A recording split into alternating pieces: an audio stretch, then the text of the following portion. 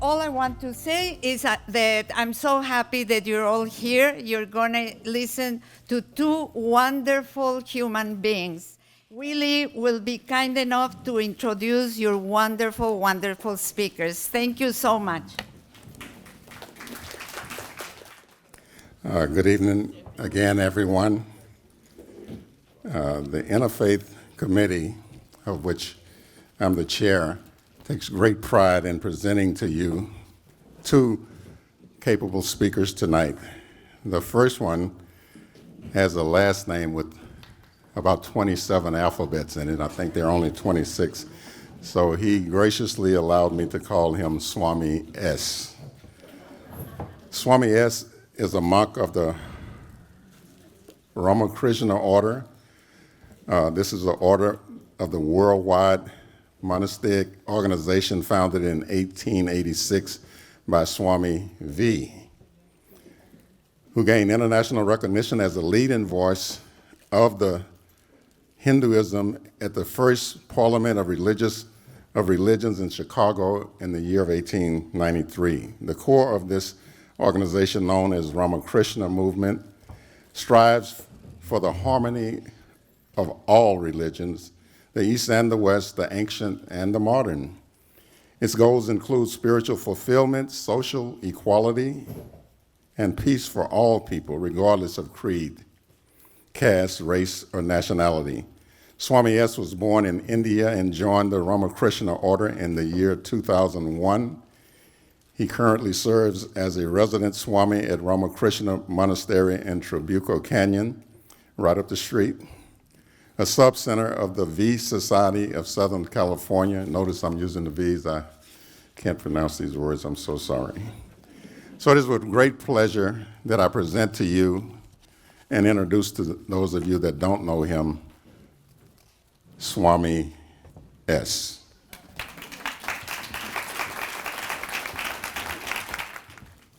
Om Sarve Bhavantu Sukhinah Sarve Santu Niramayaah Sarve Bhadrani Pashyantu Ma Kaschid Dukkha Bhag Bhavet. Om Shanti Shanti Shanti. May all be happy. May all be free from illness. May all see what is goodness everywhere. May no one suffer. Om, peace, peace, peace. The divinity within, a shared journey towards peace. Good evening, children of immortal bliss. It's such a joy to be with you tonight. We gather here not only to share words, but to share light. When many lamps are lit together, no one flame loses its brightness. Instead, the whole room begins to glow. May our time together tonight be like that, each of us shining a little brighter because we touch the light in one another. I am honored to be here among the community bridge builders of Laguna Woods. What a beautiful name for a community dedicated to connection across our beautiful diversity of backgrounds and beliefs. What we believe about who we are, the foundation of truth beyond blind belief. Let me begin with a revolutionary reminder from the great Buddha, words that challenge everything we think we know about belief itself. Do not believe in something merely because you have heard it. Do not believe in traditions simply because they are handed down. Do not believe because many follow it blindly. Do not even believe because teachers or elders say it. Test it, analyze it, and only when it agrees with reason and brings good to all, accept it and live by it. And then he said something even more striking to his own disciples. Do not accept my words without do not accept my words out of respect. Analyze them as a goldsmith analyzes gold. By cutting, rubbing, melting, only then make them your own. Think about that for a moment. Here is one of history's greatest spiritual teachers telling us not to believe him simply because of his authority. That is extraordinary courage. Truth requires no crutches. Just as we don't need dreams to prove we are awake, authentic truth stands entirely on its own merit. So, what truth do we discover when we apply this rigorous test? This approach reveals something profound about the nature of spiritual inquiry. Religion, at its deepest heart, is nothing but the manifestation of the divinity already within us. All science requires specific methods, and the science of religion is no exception. Since human minds differ in nature, some being more visual, others more auditory, religious methods must vary accordingly to suit different mental tendencies. Yet, beneath this diversity runs a fundamental unity that allows for a universal scientific approach. The science of religion analyzes the human soul without requiring any particular creed. It offers humanity a practical, scientifically based method for reaching spiritual truth. Just as astronomy requires telescopes and observatories, and chemistry demands laboratory experimentation, religion needs its own systematic approach. Sermons alone cannot make someone religious. One must practice the prescribed methods. Throughout history, pure and unselfish sages from all cultures, of all ages, who had no motive but to do good to the world, have claimed to discover truths beyond what the senses reveal. They invite verification through honest practice of their methods. Before dismissing their claims, rationality demands we first genuinely attempt their prescribed practices. Only after faithful application of these methods can we legitimately judge their validity. Through such dedicated practice, spiritual insight will emerge. The universal recognition every being is divine. We believe every being, every single one of you sitting here tonight is fundamentally divine. Every soul is like a brilliant sun, only temporarily covered by clouds of ignorance and conditioning. Some have thicker clouds, some thinner, but behind them all, the same magnificent sun shines with equal radiance. This recognition, we believe, is the conscious or unconscious foundation of every authentic religion. Whether expressed through Christianity's kingdom of heaven within you, Islam's concept of the divine spark, or Vedanta's Tat Tvam Asi, thou art that, the same spirit manifests through different cultural expressions. The Bhagavad Gita, that luminous commentary on the Vedas, declares the way open to all, men and women, every background, every color. We affirm both the personal God of devotion and the impersonal absolute of philosophy.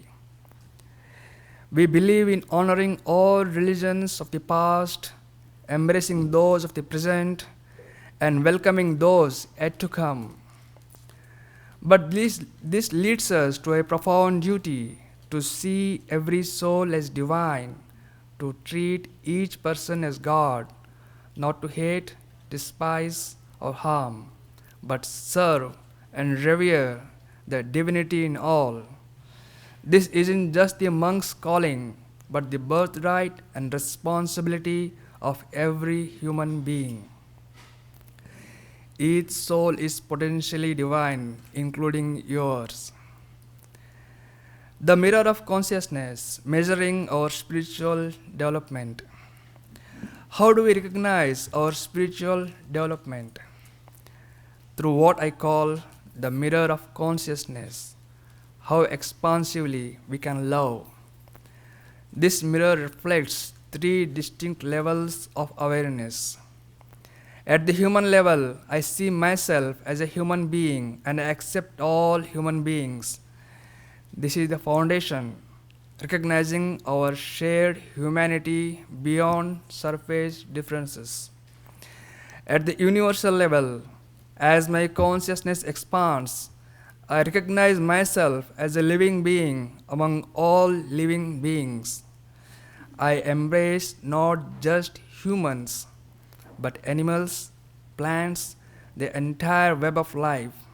This is knowledge dawning.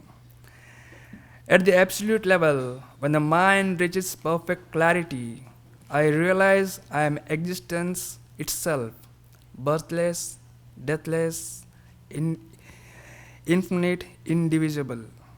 Everything that exists, living and non-living, known and unknown, is none other than my own self. This is wisdom flowering. Or we might observe three types of human beings.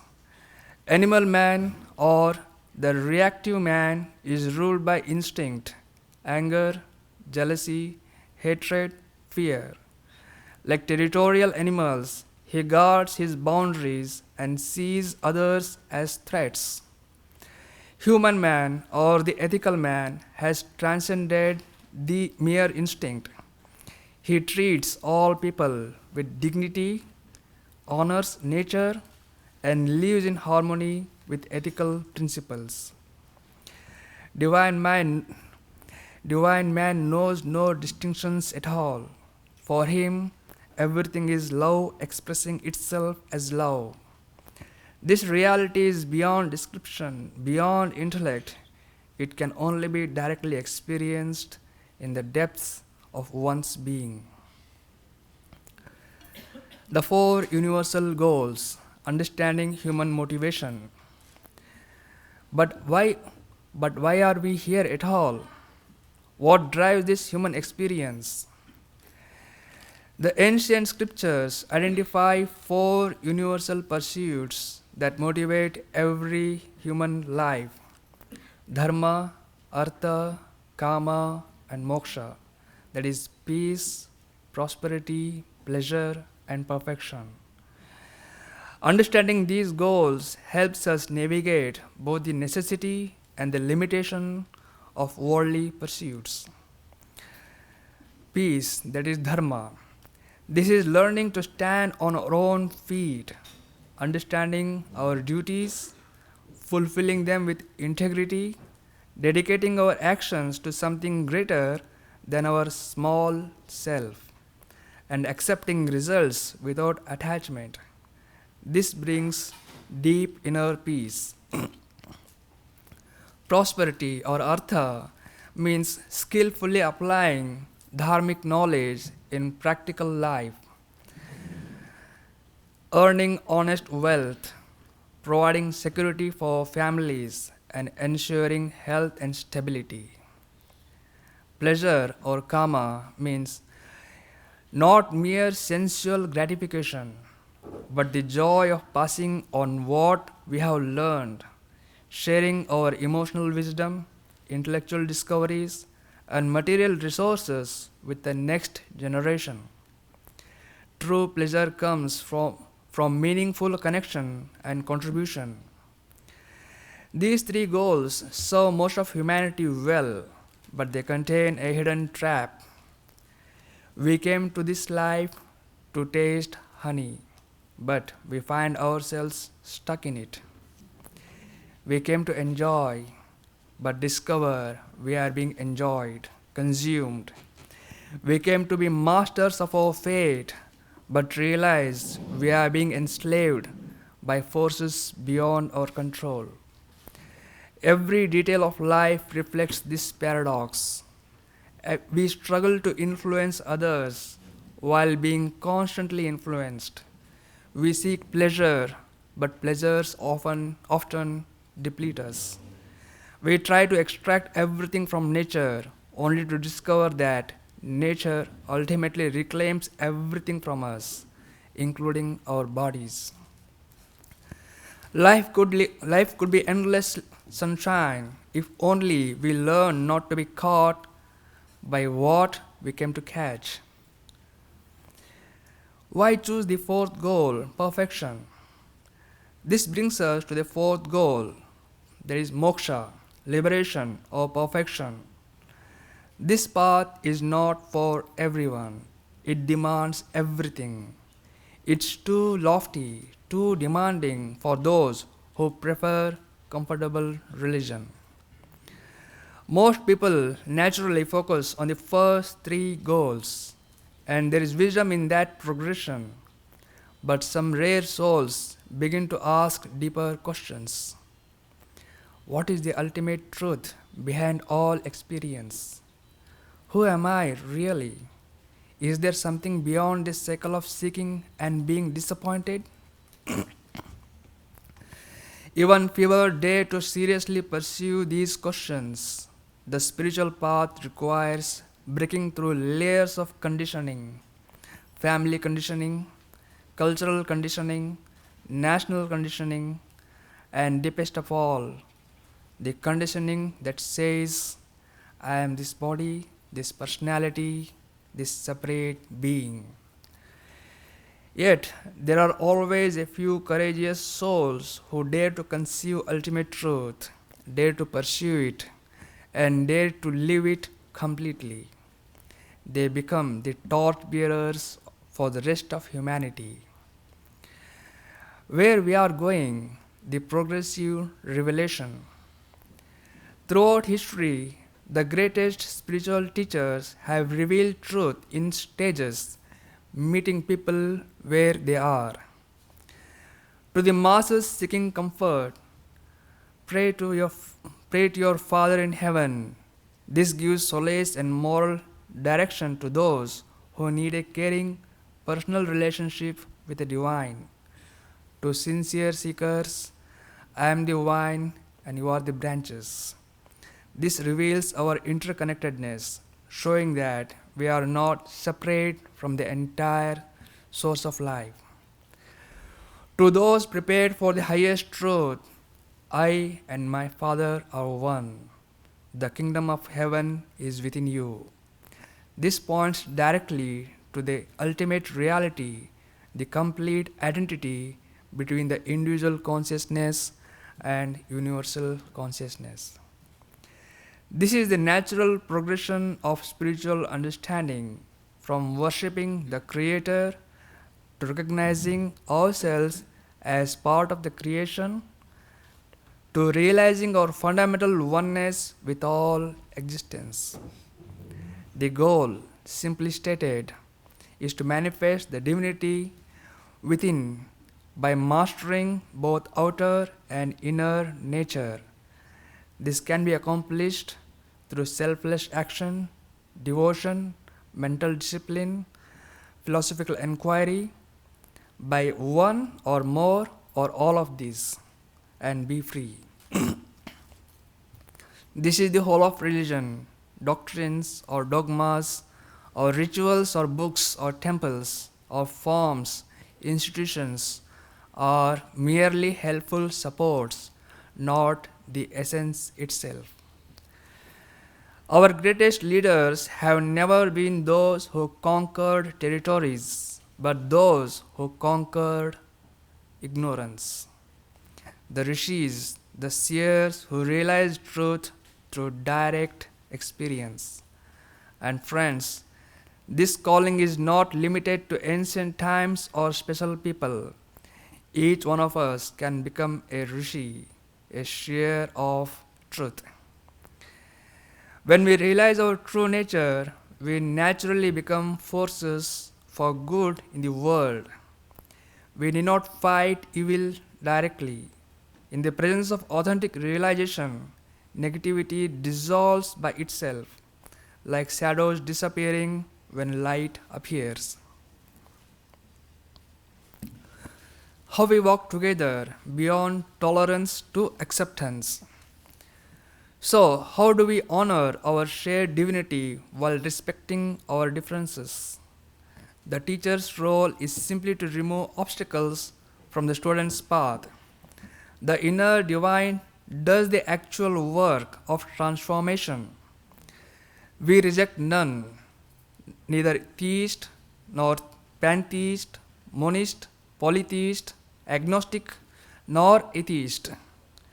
The only condition is modeling a character at once the broadest and the most intense.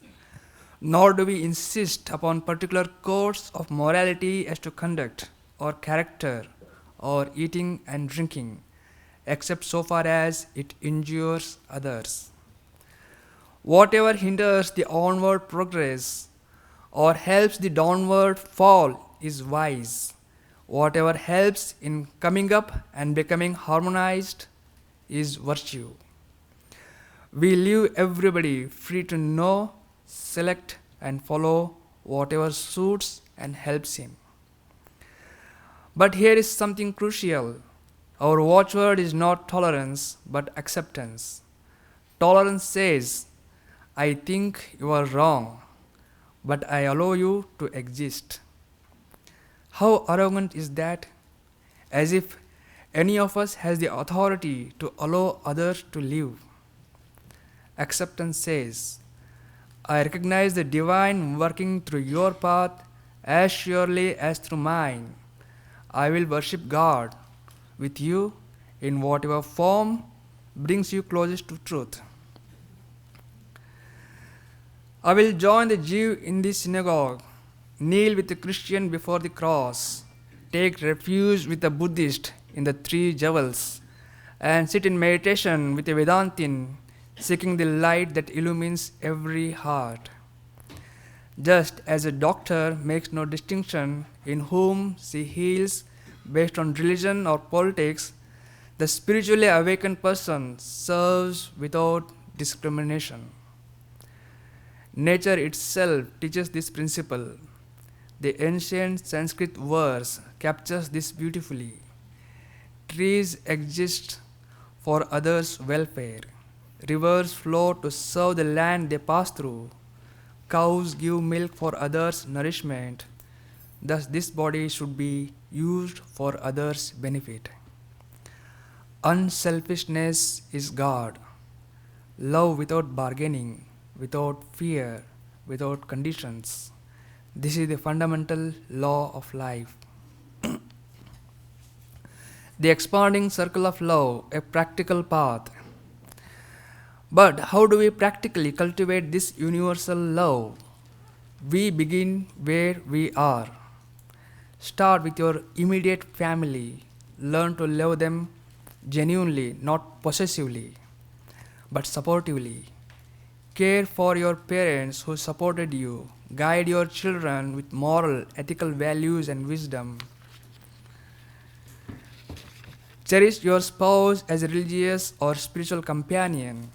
Love here means sacrifice, expansion of heart, service without expectation of reward.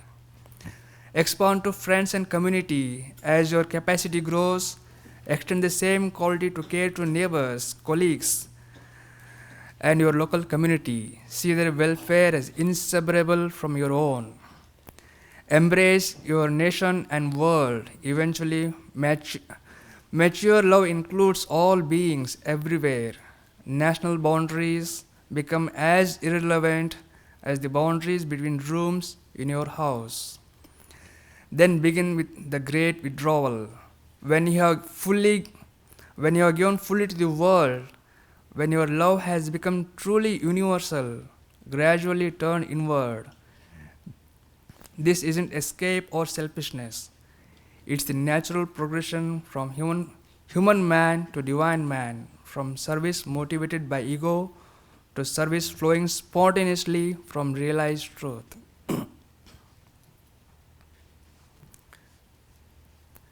Is peace truly possible? This brings us to our final question. Is lasting peace actually possible in this world of apparent conflicts and divisions? Yes, but only through one path, the realization of fundamental oneness. When the illusion of separateness completely dissolves, when we experientially know ourselves as one with the infinite, then all the sources of conflict disappear.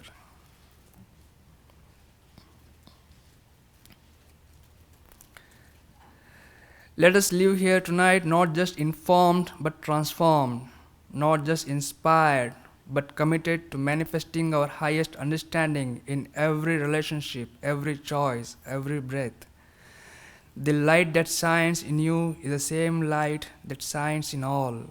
When we truly see this, the whole world becomes our family, all beings become our beloved, and every moment becomes an opportunity to serve the one appearing as the many. Thank you for the sacred time together.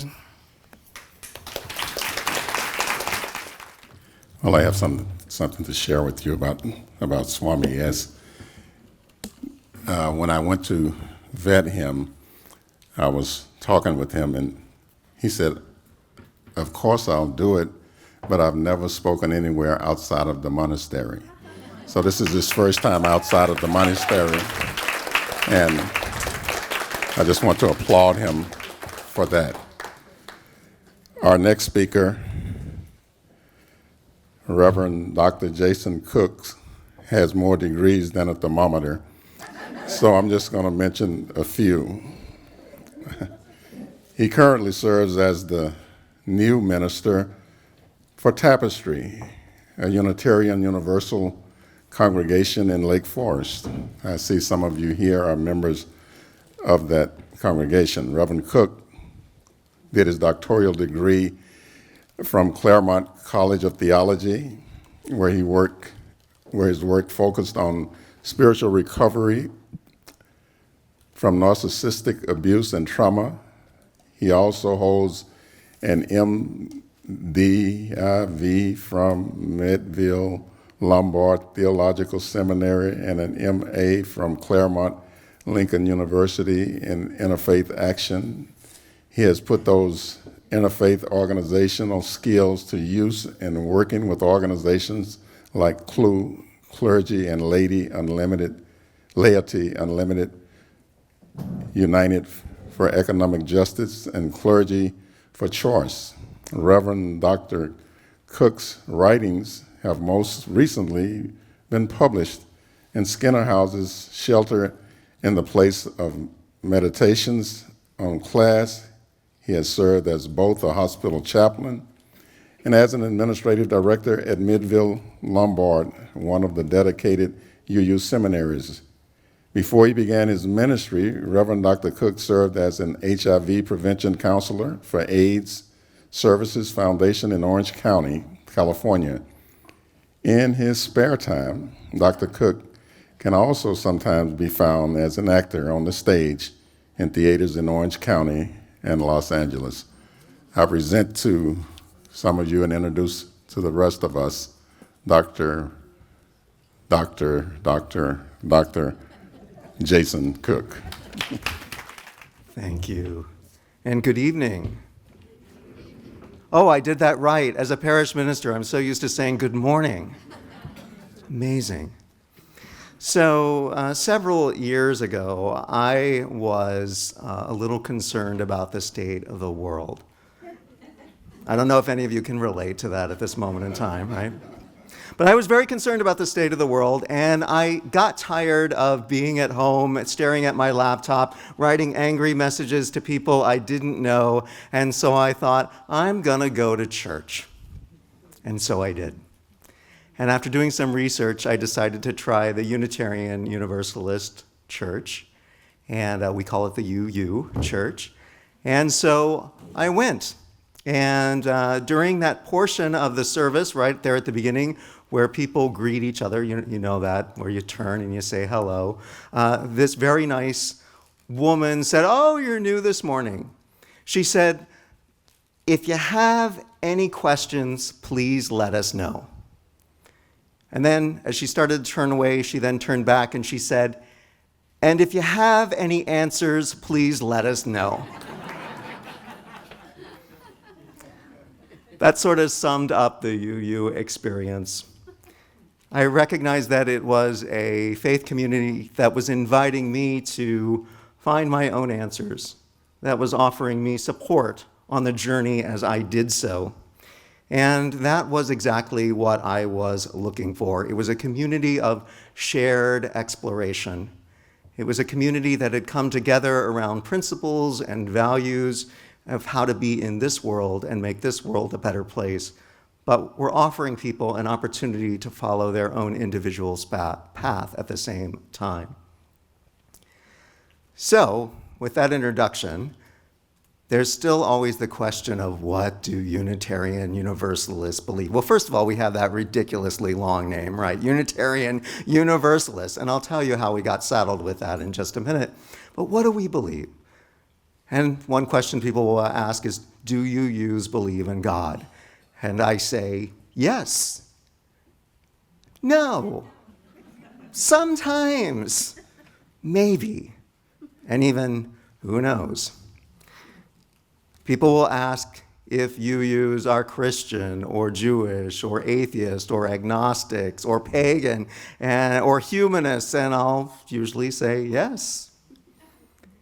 And people will ask if we have a sacred text, and I will say we have many texts that we consider sacred. In fact, anything that provides wisdom and beauty and offers us an opportunity for some kind of transformation could be a sacred text, including texts that are traditionally thought of as sacred texts.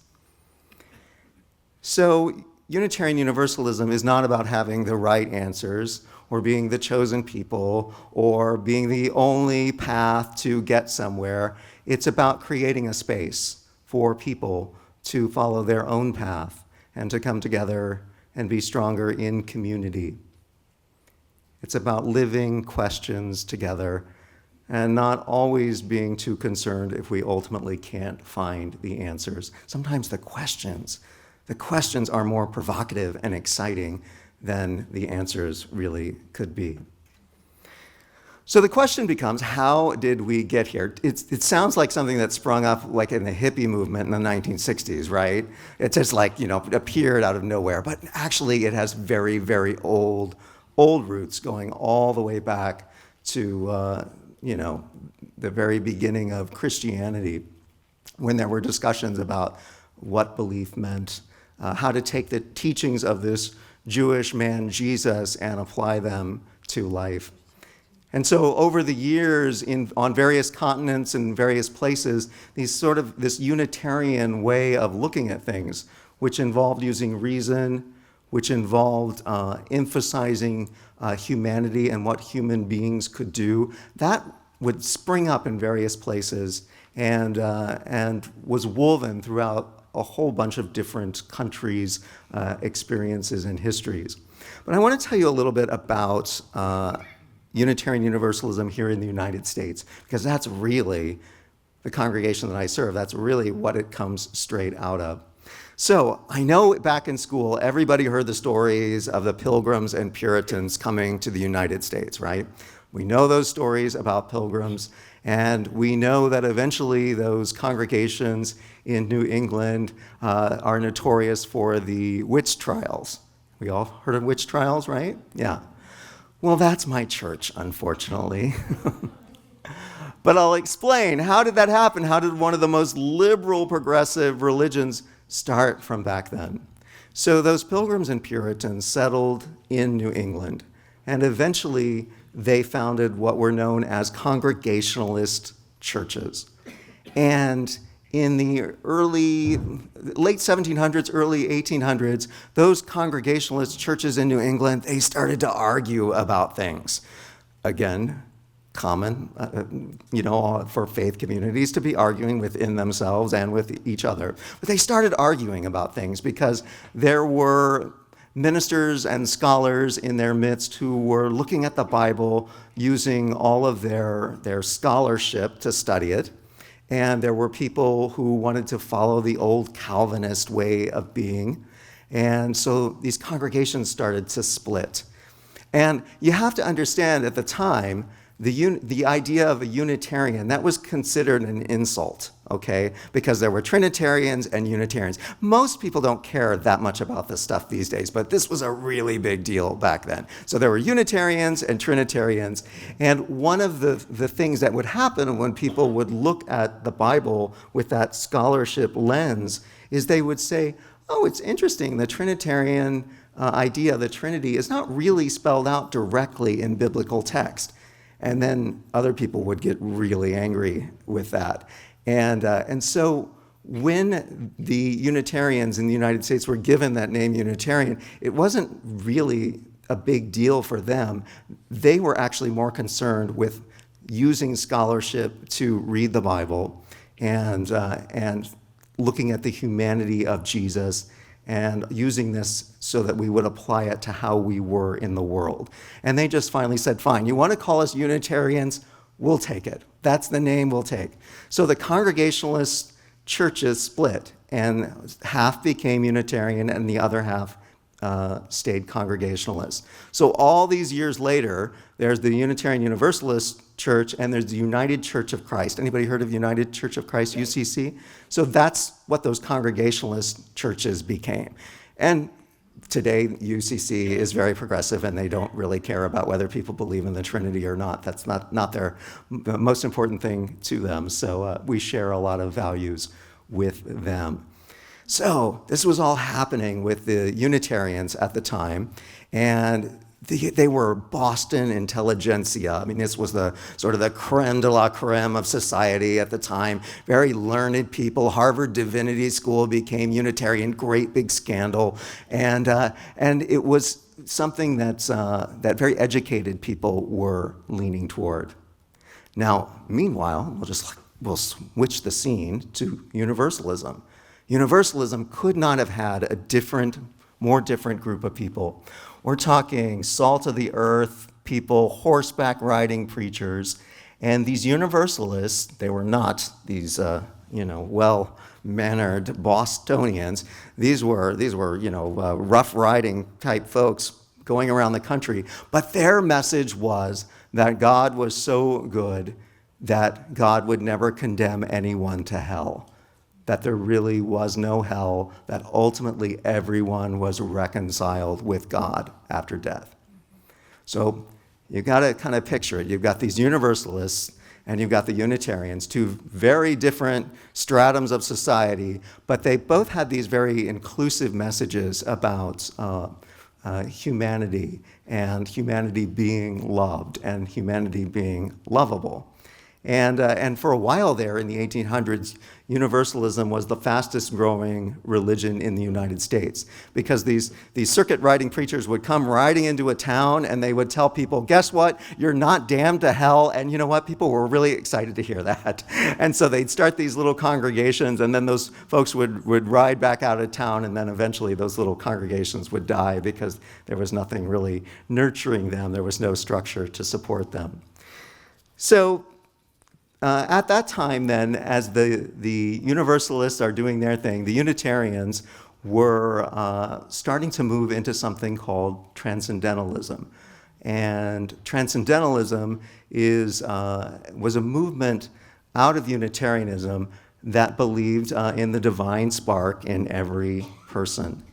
And this was a really revolutionary idea at the time, because what it meant was that if everybody had a little piece of God, of divinity in them, it meant that everybody was worthy. And this is radical, right? Because this is a time in society that if you're rich and you're educated and you're born into the right family, then of course you're worthy, but other people just deserve their lot if they were poor or disabled or what have you, because that's just the way God wanted it. Well, Unitarianism and Transcendentalism at the time was saying, no, that's not the way at all. That everybody has some spark of divinity in them. That means we need to treat everybody with care and respect. And out of this, the great social services movement was formed. So you had Unitarians and Universalists like Clara Barton starting the Red Cross, or Dorothea Dix, who was doing mental health reform. And you had people like Theodore Parker, who was an abolitionist. All these folks were coming out of the Unitarian and Universalist movement of the time because there was a belief that everybody was worthy. I mean, just imagine that. I mean, not that we wrestle with this in the world these days, right? We all get that message, right? No, it's still something that people are struggling with. It's still something that people struggle with. So famous Unitarians, it goes all the way back to people like Thomas Jefferson, John Adams, John Quincy Adams, and then of course all those wonderful transcendentalist writers that were Unitarian, Louisa May Alcott and Emerson, Ralph Waldo Emerson, and Henry David Thoreau, and all these people that were really the movers and shakers of American society at the time. And remember, these Unitarian churches were there as those pilgrim churches. So to this day, some of the oldest churches in the United States are now UU churches. The church buildings that are the oldest in the United States are UU churches. So again, it sometimes feels like this thing that, Unitarian Universalism must have sprung up sometime in the mid-20th century. No, we're part of American history in a really profound way. And I think it's important that narrative is one that I share, because sometimes people will tell you, the great American religion is very different than Unitarian Universalism. And we certainly have a place in there with our inclusivity. So, what happened then with these two movements? Well, they started noticing each other at the same places. They were fighting for women's rights. Susan B. Anthony was a Universalist. They were at the same places, fighting for racial justice and so on. And so in 1961, Unitarianism and Universalism merged. And rather than creating some new easy name that's easy to remember, they took both those names and kept them. And so that's why we have a very, very long name these days. So the question becomes, what do we believe today? What's happened with Unitarian Universalism over the years is that it's been an evolution. So it started as a Protestant Christian movement, but it was more focused on the teachings of Jesus than the teachings about Jesus. So it was about how could you be in the world in the way that this Jewish teacher had talked about.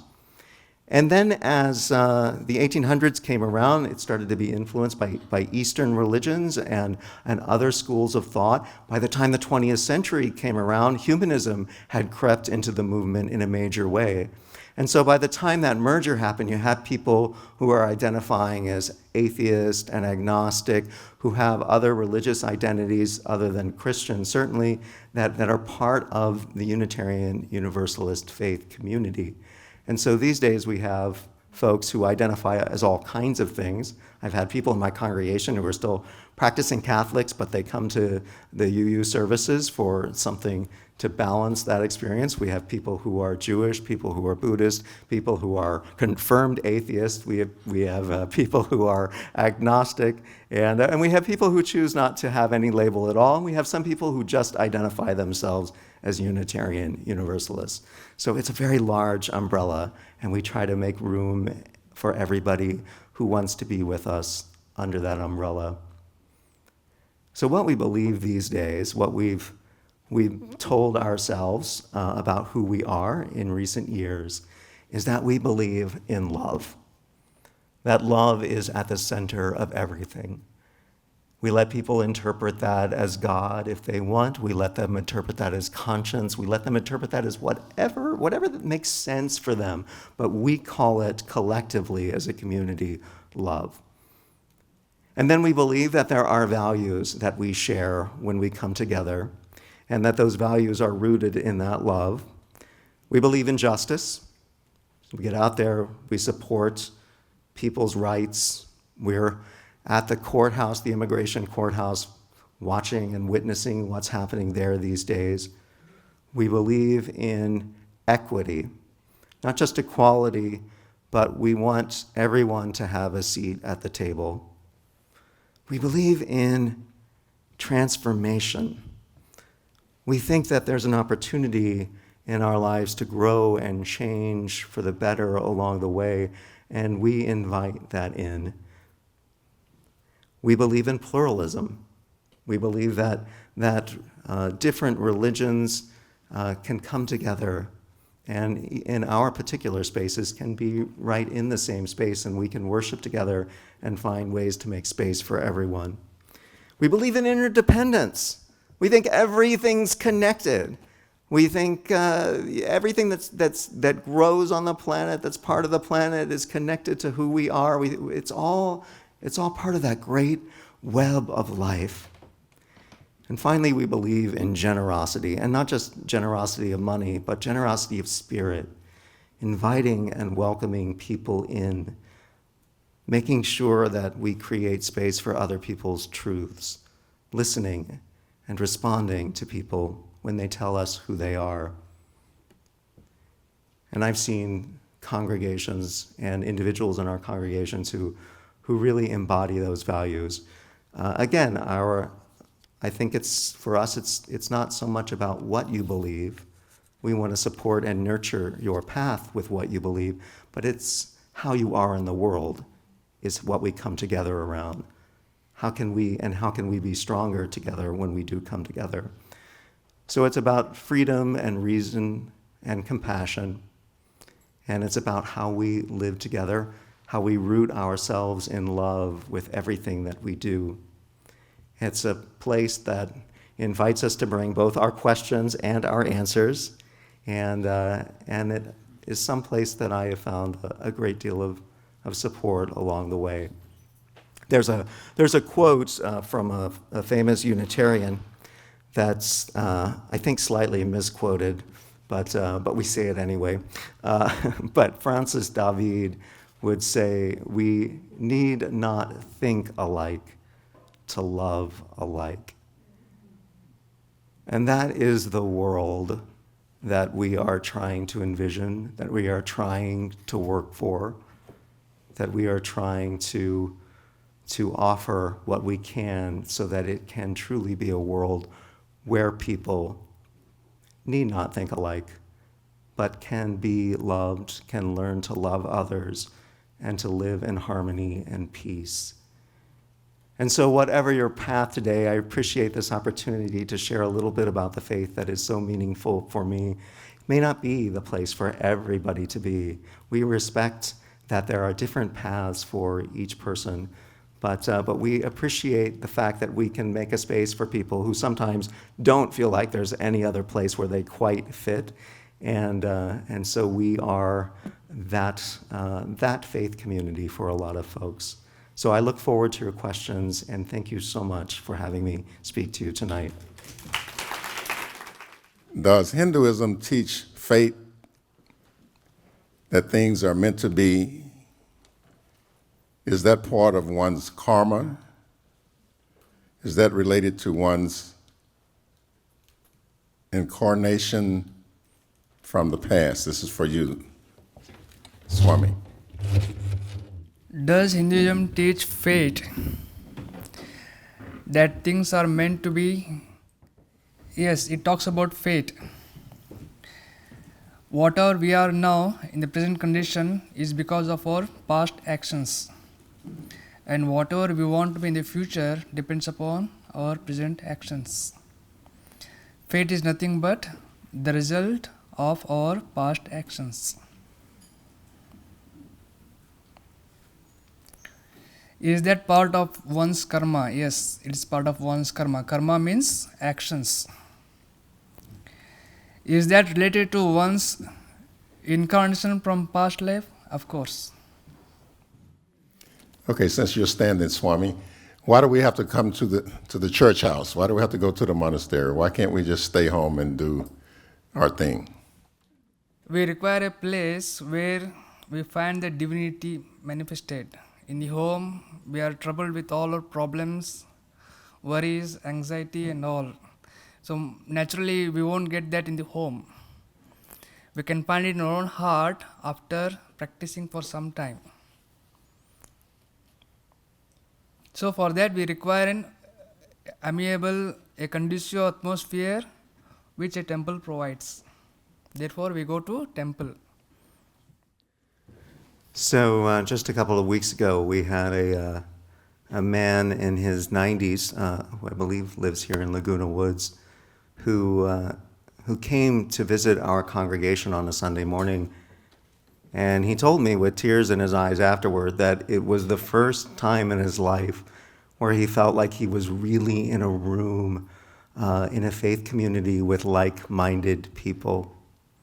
And I think for all of us, wherever our faith community is home, there's a need to be in community because we are able to feel nurtured and nourished by the relationships we have with others, and that helps us spiritually to be more whole. And it offers us so much more than we're able to on our own. So there's no requirement in Unitarian Universalism that people attend services, as you can imagine. We never have rules like that. But it's a recommendation that you find, that everyone finds a faith community of some kind that you can go and be part of because it helps you to feel more whole, more nourished. Well, Reverend, while you're up, and then there's one for Swami on the same card. Are you afraid, Reverend? Of what?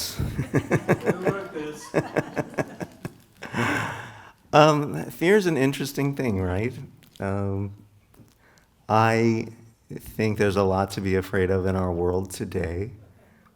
And I spend a lot of time working on finding within myself ways to continue feeling that sense of inner peace at my core.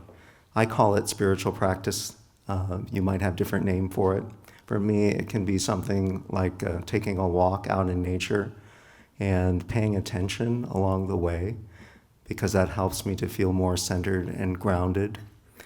So to be afraid, I think, is a reasonable response in our world, but I think we also have to find ways to feed our inner self so that we don't end up acting from a place of fear in everything that we do. As long as we have this sense of duality, a sense of separateness, as long as one sees another, yes, fear do exist. But when I see myself as the same consciousness that exists in you, then whom to fear? There is no fear. When you realize about your real nature, you will not fear anybody. Don't go away. Another one on this card for you. Do you stay in a state of forgiveness at all times? Yes. Can you repeat it? The question was, do you stay in a state of forgiveness at all times? Yes. While you're there, I might as well ask you the next one, and then the Reverend can take the same question afterwards. What would you say is the difference between atheism and agnosticism? One doesn't believe in God, another doesn't believe in scriptures. So yes, atheism is defined as the lack of a belief in God, and agnosticism is where we have more questions about that, where there's an uncertainty There might be an openness to the idea of God. Maybe it's a non-traditional idea, but some people choose or feel called to live in a place of openness or uncertainty that we might call agnosticism. I do encourage folks to also move sometimes beyond the atheist label. They can still hold it and claim it. But atheism is about what we don't believe. But I love when people also maybe add something to that about what they do believe in. So whether that's humanism or religious naturalism, which is an orientation of looking at the natural world in such a way that it has all the awesome and inspiring qualities that we often attribute to the idea of God or the sacred. I always encourage people to just, play around with those labels a little bit and not just settle on something that may not be the end-all and be-all of who they are. Thank you. And the question for you, Reverend, is where is the Tapestry Church located? Well, I'm really new to it, so it's in Lake Forest. Sue, what street is it on? It's on Bircher. It's on Bircher, okay. Right off Rockfield. Right off Rockfield, and it's in kind of there's a bunch of buildings there that all look alike, so you'll definitely want to get your ways out and find directions. Our services are at 10:30 on Sunday mornings. All right, I have a question from this table here. How does your faith respond when social or political forces promote conflict with our goals of love, equity, justice, etc.? What is your faith response to that? That's a good question for both of you. Yeah. Well, our faith's response is how do we root ourselves in love and actively respond to what's going on? And that's not always easy because sometimes their immediate response is anger or frustration, or we can feel overwhelmed. But what we try to keep coming back to is how do we root ourselves in love so that we can have strength to do what we need to do. So that might be anything from really practical ways of helping people who are being targeted at a particular time. It can be working with legislative initiatives. It can be things like I mentioned before. We've got folks who are witnessing at the immigration courthouse. They're just there as loving presences for people who are going through what is often the worst moment in their lives. So there's just a lot of ways that we can be present. But what we don't think is particularly effective is just sitting in our sanctuary and thinking about people and wanting things to be better. We believe that we need to be active out in the world, and I'm always inspired by the folks in our communities who are doing that work with such dedication. Conflicts exist as long as we are at the surface level. When we see the external things, the more we go inside to the depth, then all the conflicts resolve. So we should try to see the depth of every being. I certainly thank both of the speakers. Let's give them a round of applause for coming out. As always, we thank you for coming out, and we thank you for your participation.